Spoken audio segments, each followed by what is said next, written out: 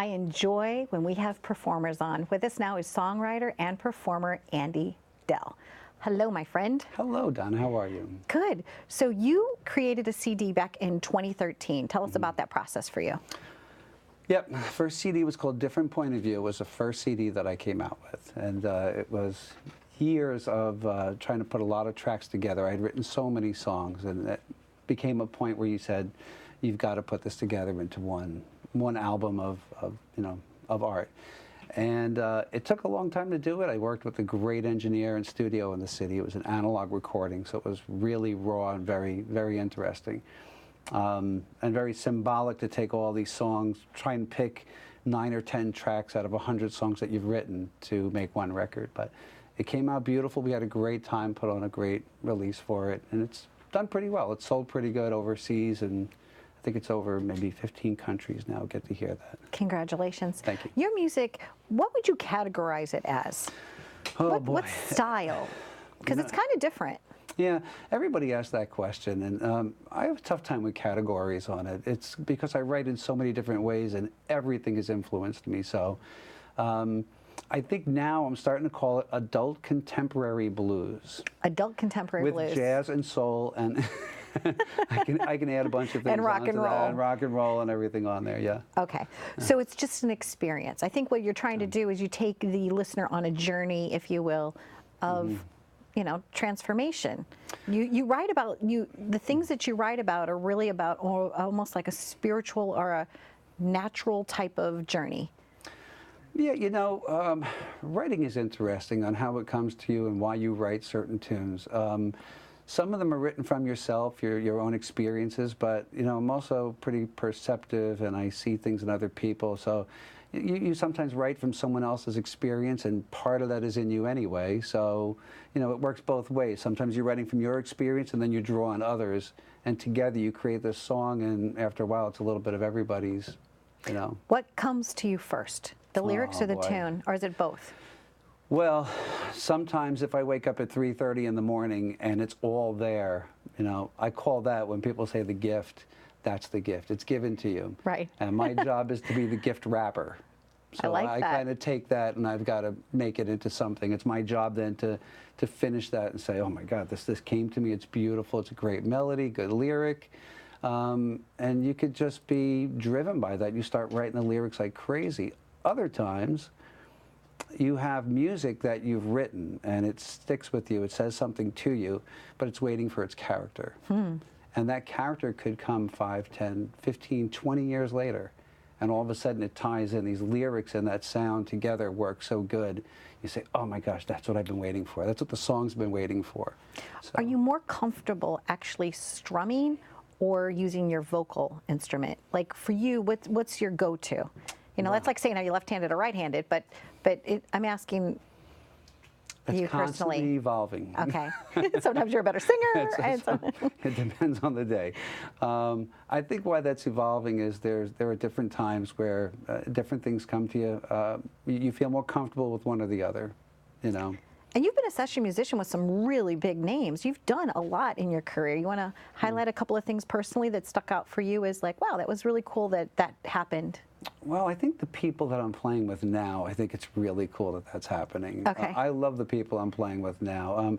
And everybody I've done over the years. I worked with, first of all, I was floored to play music with a great friend of mine. Unfortunately, he passed away a year ago.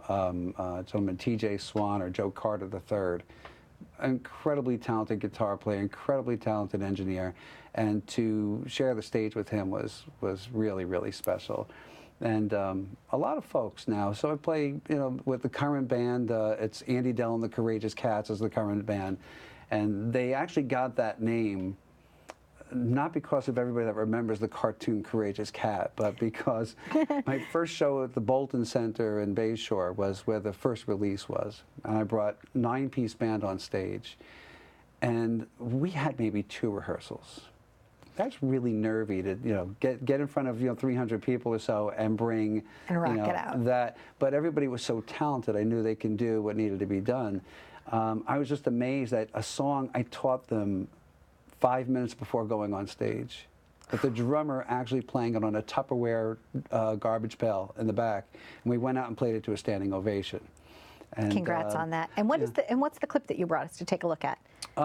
There's, I don't know which one that you would use, but they're both really from that Bolton Center because it was a really special show. And I called them Courageous Cats to this day because I thought they had a lot of nerve coming on stage and doing it. Let's take a look at that moment. Playing. Sure. These hard times,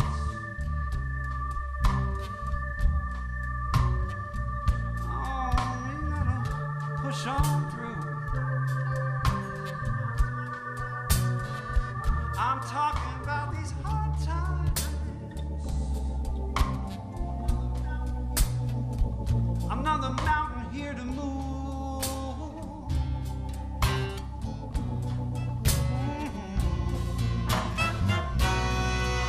I try to reach out, get a hold of my head. I know when the dark comes morning, this will all be past. And I'll tell me, keep on telling me that I'm just passing through. Very nice. Now, are they the same people that you've been playing with on this new CD that you got going on? Or who are you using for that? This is a new section. Almost everybody in the band is new from the old section. Okay. The original one had a lot of folks from out of town. They came in from Chicago and from different places. On the new CD, I have, I'll tell you, a couple people on there. Mike DeMeo, who is a phenomenal keyboard player, plays with Tommy James and the Shondells, and Will Lee. He's a very, very talented guy. Mark Narciss, I've been playing music with Mark, my sax and flute player, since 7th grade. So this goes way back to high school and us being crazy back then. The band has Heather Hardy, a phenomenal blues violin player that's coming in from Tucson. She's going to be doing the show with us. Ray Fitzgerald on trombone, Artie Miller on clarinet and tenor sax. I'm going to forget people. Steve McCluskey on drums, Henry Good on bass. I will miss people. That's okay. But they can go to the website and you'll have everybody listed there, right? Absolutely, right on the website. Okay, so you did a release the fall of 2017, right? Big event? It will be, yes, Yeah. November 24th. Excellent. Yes. And so I thank you for joining us. I wish you all the best. And I know that Thank my you. cameraman was asking me who influenced you.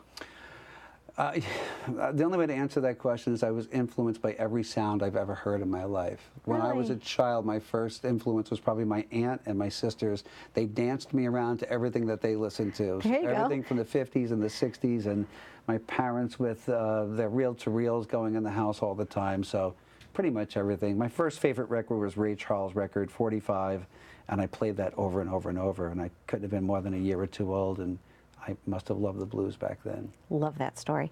Yeah. Thank you for joining us, Andy Thank Dell. you so much. Stay tuned for more and happy listening.